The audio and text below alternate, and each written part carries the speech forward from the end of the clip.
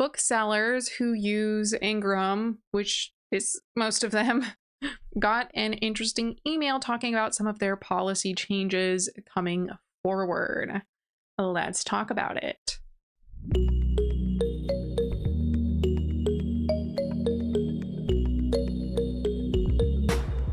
My name is Taylor Rose and welcome back to my channel where we talk about everything reading and writing. Here we have Fox Fable Bookstore on Threads, who shared a screenshot of the email that booksellers received, which says the following. Dear Ingram customer, we are writing to inform you of important updates to our payment processing policies effective March 2nd, 2026. So we do have 2-ish months before this kicks in. What's changing? A credit card surcharge could be applied to payments made with credit cards that have a billing address in the United States or Canada. Visa, MasterCard, and Discover debit cards will no longer be accepted as forms of payment. New payment options. We'll soon be introducing a new self-service payment option in iPage. This secure and convenient method will allow you to make payments without incurring credit card surcharges. More details coming soon. Interesting. Returns. In addition, effective after March 2nd, returns will not be automatically refunded to your original payment method. Instead, the product's return value will be credited to your account for future purchases or applied toward, and I think that means maybe it cut off and there was no other screenshot, but I'm assuming it's for recurring purchases or orders currently in flux. You know, basically they're not getting their refunds. Is the main message coming up off there. And some comments on her post brought up a lot of common issues people are talking about. We have Wildflower Fiction saying, everyone's saying they sell copies directly. Do you have any idea how much work it is to purchase every single book from a different place/vendor?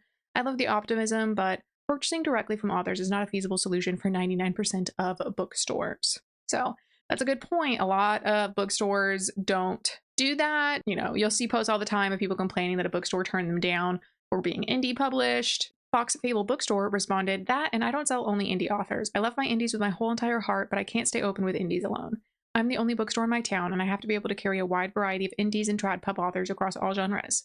Ingram makes this possible. This definitely hurts, but we will carry on. Having 57 separate wholesale accounts is not something I have the bandwidth for as a sole employee. And Wildflower Fiction agreed. Yes, I carry lots of indies, but obviously trad books, as well as keeping track of a million different suppliers, is just not possible for a business run operated by one person. Rachel Brinke also posted a screenshot of this email with some helpful information for people who are confused. And she said the following. Legal take on the Ingram Spark announcement seen below. If your printer or distributor is adding credit card surcharges, removing debit cards, or switching refunds to store credit only, that is not automatically illegal in the United States. But it is not a free-for-all either. Credit card surcharges are legal in most states only if they are clearly disclosed before checkout and do not exceed actual processing costs. Surprise fees or buried disclosures can create consumer law problems. So what she's talking about with processing charges is that to take credit cards, businesses are charged a percentage or a fee for that feature, which is why you often see small mom and pop businesses take only cash or debit. This obviously, as time has marched on, more and more people accept credit cards. So some people might not have ever experienced that and wonder, like, why doesn't this place take credit card? It's because they're being charged for that. It's often why you see when, you know, if you pay your rent via credit card, there's a convenience fee, etc. She continues, companies are generally allowed to stop accepting debit cards, but changing payment methods without clear notice, this email is vaguish, can cause issues. Also, store credit versus refunds is where authors should be the most cautious. This is usually legal only when the policy is clearly disclosed before purchase. If you bought under one refund policy and it changes later, that can raise contract and concerns depending on the state. So I wonder if there's going to be some sort of time limit or orders placed before that March 2nd date fall under the old policy maybe? We'll have to see. And Rachel says, why this matters. These changes increase your cost of doing business, restrict your cash flow, and shift financial risk onto you as the author. Before March 2nd, 2026, please go reread your vendor's terms, screenshot the current policies, adjust your pricing if needed, and decide whether this partner still makes sense for your business. Seen a lot of posts saying no way, and I get it. Here's a checklist of other legal things to be doing while looking into this. 1. Watch for mid-contract changes. If you already placed orders, pre-sold books, or agreed to print runs under older terms, save those confirmations. Vendors cannot always retroactively change the financial terms of an existing transaction without risk or absent any previous terms. Great point. 2. Pay attention to dispute rights. Some platforms quietly limit chargebacks or require disputes to go through internal systems first. 3. Look at sales tax requirements. Surcharges and credits can affect how taxes are calculated and reported. Make sure your accounting reflects the true cost of goods, not just the invoiced subtotal. 4. Review cancellation and forced measure clauses. I might not be pronouncing that right. Major? If refunds are now credit only, see what happens if the company delays production, changes specs, or suspends services. Risks should not be one-sided. 5. Diversify vendors. Relying on one printer or distributor increases your exposure when policies change. Even having a backup option gives you leverage and flexibility. 6. Update your own reader policies. If your costs go up or refunds become harder, your customer-facing terms should reflect that so you are not absorbing the losses on the back end. I'll add to this as I get more info.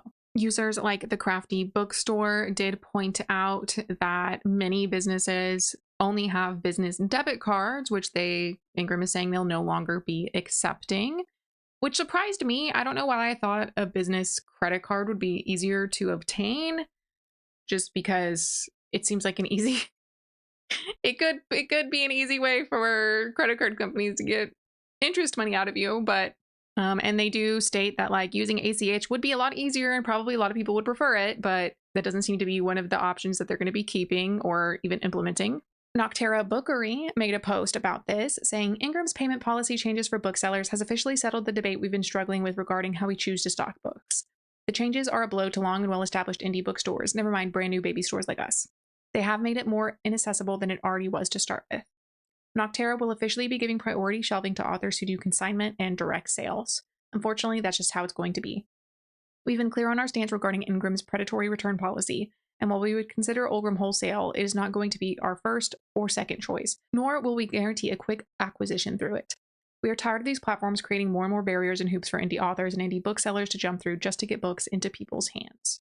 Shelf Indulgence Tacoma responded similarly. Ingram really woke up and chose violence against indie booksellers. New surcharges, no debit cards, store credit instead of refunds. These are all policies that hurt small and or newly opened shops the most. So we're pivoting. We'll be prioritizing direct sales with authors moving forward. If you opt for direct ordering, please comment below. Let's keep books on shelves without another middleman taking the biggest cut.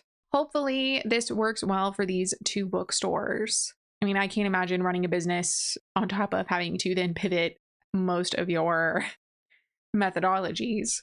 Scribble's Bookshop had some helpful advice.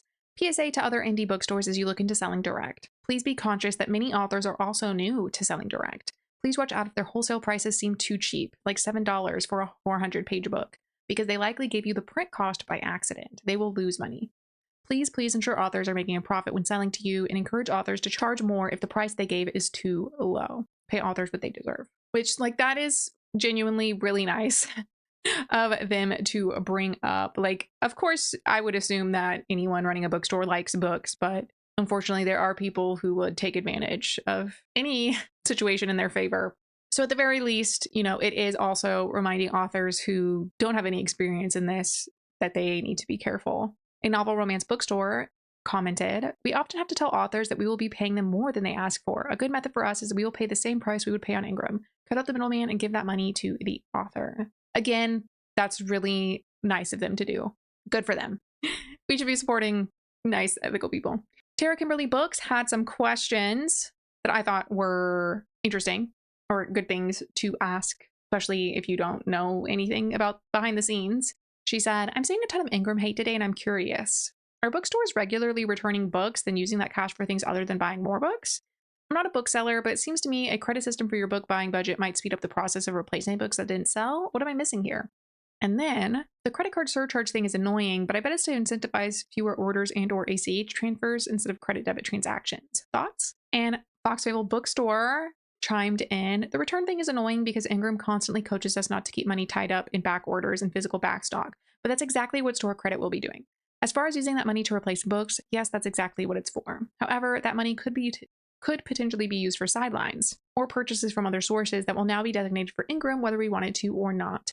The fewer orders thing doesn't make much sense to me considering they just rolled out a fancy new direct-to-home option that is designed for small, single special orders. Not to mention smaller shops like ours can't always avoid making smaller orders. Waiting until I have a huge bulk order to place could mean potentially having empty shelves." Thoughts Stained posted kind of a good summary of the last few months. Amazon, "We're going to let AI train off your books." Ingram Spark. We're going to pay you like shit and make it harder for you to get into indie bookstores by pulling one over on them. The entire reason you use us to begin. And then D2D. Guess what? We're raising our print prices, so your royalties are going down. It's just one blow after another. Sad face. But Dawn E. Dagger, author, points out, unfortunately, D2D has to use Ingram for printing, which is why they're raising prices. The other two just suck. Unfortunate. Now, I am not some sort of financial guru or business person, so I can't say entirely whether or not these changes are completely necessary and or secretly beneficial for anybody.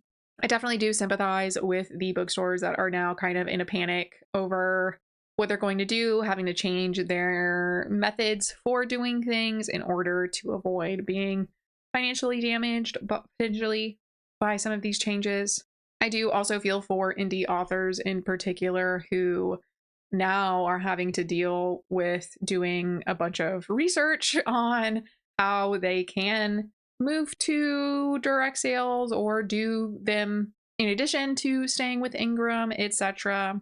While definitely I think in recent times there's a lot more helpful information out there for people trying to run a business or self-publish or whatever, you do still have to be careful that you aren't falling into some sort of scam or grift unknowingly. I'm not saying this person's advice is 100% correct or anything, but she does have a pretty in-depth article talking about the different steps needed to sell direct. Jessica St. Taylor, or Jessica S. Taylor, on her blog, An Indie Author's Guide to Selling Direct. Could be informative if you are needing help figuring out the process. There is this post from Opalescent 4026 about Inkventory, which she created with another person. And she describes the following. Authors, if you're sharing your wholesale links because of the Ingram BS, have you also signed up to Inkventory? Inkventory.info, a platform that connects indie authors to bookstores that want to stock them. You must not use generative AI to participate in the platform. So it is meant to kind of lessen the load of direct selling between bookstores and indie authors, which is helpful. Unfortunately, as of filming, it is down. There is a archive from October 17th, 2025. So we can kind of get an idea. They describe themselves as, welcome to Inkventory. Authors are skipping the middleman and selling their own books and merch. Bookstores want to stock signed books that don't come with massive distributor markups. Until now, there hasn't been an easy way to connect the two. That's where we come in. This is a platform built to connect authors of all genres, offering direct sales with bookstores ready to stock them. How it works: authors join the list with their ordering forms and some basic information about their books and themselves. Bookstores browse the list and place their orders directly with the authors. The database can be sorted to help fill in different genres and representation on your store's shelf. So, hopefully that is actually a helpful resource. Once it's back up and running, I'm going to assume with all the recent traffic that perhaps that upset something somewhere. Fingers crossed. If you're an indie author or a bookseller, how do you feel about these changes? Do you think that it's kind of like an overblown change or risk, or do you think people aren't actually upset enough? Well, that is all for now. I will see you next time.